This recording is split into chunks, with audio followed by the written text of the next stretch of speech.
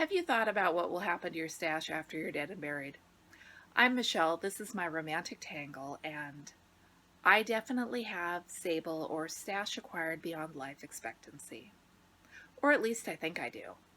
I've never sat down and actually even tried to figure out how long it would take me to work through all of my cross stitch kits and fabric and yarn, and I'm not going to. Especially because I have no idea how much time I have left on this earth and how much of that time I will still be pursuing my hobbies. I see the question asked a lot, what will happen? And it seems like everyone's fear is that their kids will just donate it all to the thrift store or throw it all in a dumpster. I honestly don't lose any sleep over it. Of my four children, nobody stitches, nobody quilts. My daughter can knit and sometimes does knit, but wouldn't describe herself as a knitter. I don't see anyone excitedly pulling my stash into their life, and I am fine with that. I'm not going to try to get anybody to take up my hobbies so they can use up my stuff because honestly, I think that's a little ridiculous. If I got to choose what would happen to my stuff after I was gone, I have a definite opinion. I would like them to put an ad in Craigslist or wherever they're putting ads decades from now and just give it all to somebody who wants it. That doesn't have to be somebody who needs it. That doesn't have to be someone who has immediate plans for using it. I would kind of like to hope that maybe it's not someone who's going to immediately resell it, because at that point my kids might as well have an estate sale. But I'm not worried about it. I have been shopping at estate sales for years, helped sort through the estates of my grandparents, and I've formed some ideas about what I think I would like done with my stuff. I would not like it donated to a thrift store because by the time they mark the stuff up, I feel like that'll put it out of reach of somebody who might want to use it, and the odds of it winding up in a dumpster or at the Goodwill bins because it was priced unfairly, I think is a definite possibility. There is a local thrift store down in Eugene, and the name of the place is Mecca. I cannot remember what it stands for, but they take unwanted craft supplies and then sell it, most of it just dirt cheap, to get it back into the community and promote the arts. And if my stuff went someplace like that, I wouldn't come back and haunt anybody. Nope, it could go on the bonfire in the backyard and I would not come back and haunt anybody because, like I said, it's just yarn and fabric and floss and patterns, and at the end of the day, it's not that important. I love collecting it. I have a blast playing with it, but it's craft supplies. So I would love my kids to just place an ad and give it away. Obviously, friends and family are going to have first dibs. I have been to estate sales where they were trying to recoup what mom spent on her quilting stash, and I just don't think that works. If stuff has been sitting in someone's sewing room, even if it is in pristine condition, even if it was really expensive to start with, I think it loses enough of its value that if you're trying to get half of retail, you're out of your mind. Because half of retail is what you could walk into the quilt shop today, find a clearance shelf, and buy brand new fabric for that price. Or there are lots of places that sell overstock and past date fabric lines, so you're making it cost almost as much as new, and I don't understand the logic.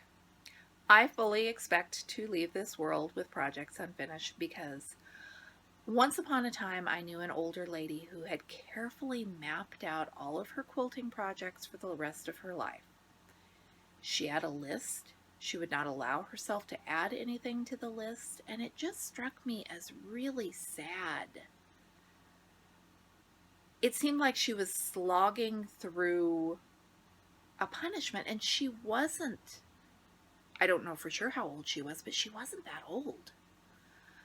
I expect that there will be things that I don't get done. I hope I am doing stuff until the end. Maybe I won't be. Maybe my tastes will change. I can see myself paring down my own collection of stuff as the years pass. If I am not going to force myself to slog through all of my whips, I sure as heck don't expect any family or friends to slog through things just because I started them. If they want to finish them because they like them, then have fun, go for it. I apologize for any mistakes I may have made that make it hard for you.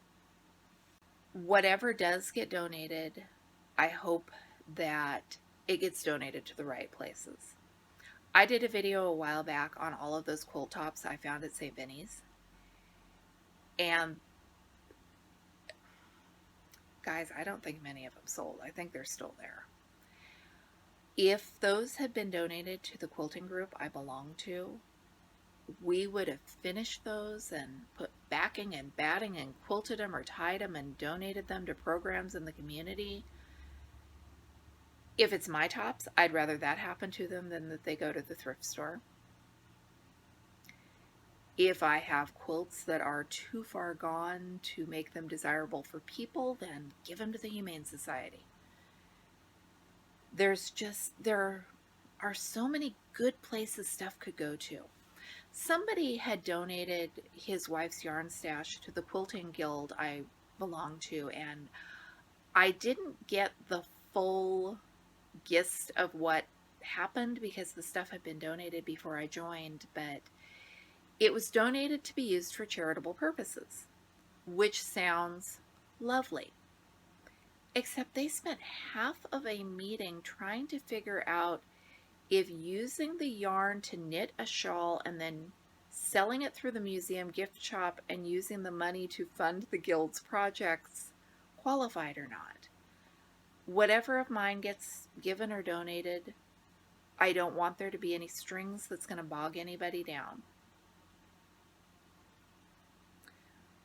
We also had a really sweet older lady come to a guild meeting, and she wanted to find out if anyone was interested in buying the stash her sister had left when she passed away.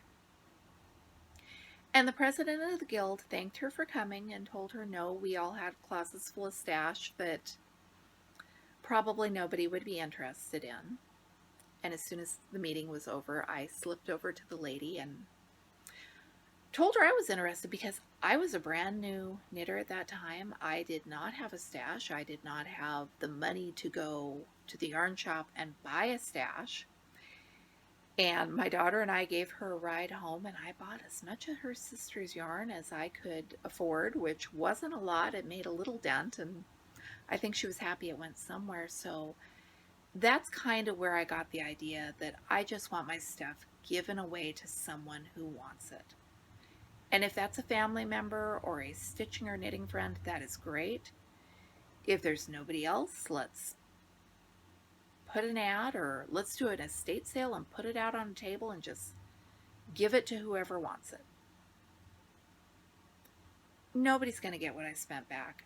Nobody's going to know what I spent because most of it's from, like I said, thrift stores and estate sales, and I think the stuff I did splurge on brand new for free full retail is probably the stuff that's going to get used up while I'm still here using it myself. Let me know, have you thought about what might happen to your stash after you're no longer around to use it? Do you have strong opinions on the subject?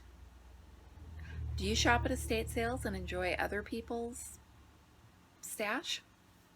I'm Michelle. This is my romantic tangle. Thanks for watching. I don't think my other videos are going to be quite this morbid, but stash and finished projects are two separate things, and what'll happen to my finished projects is going to be another video in the future.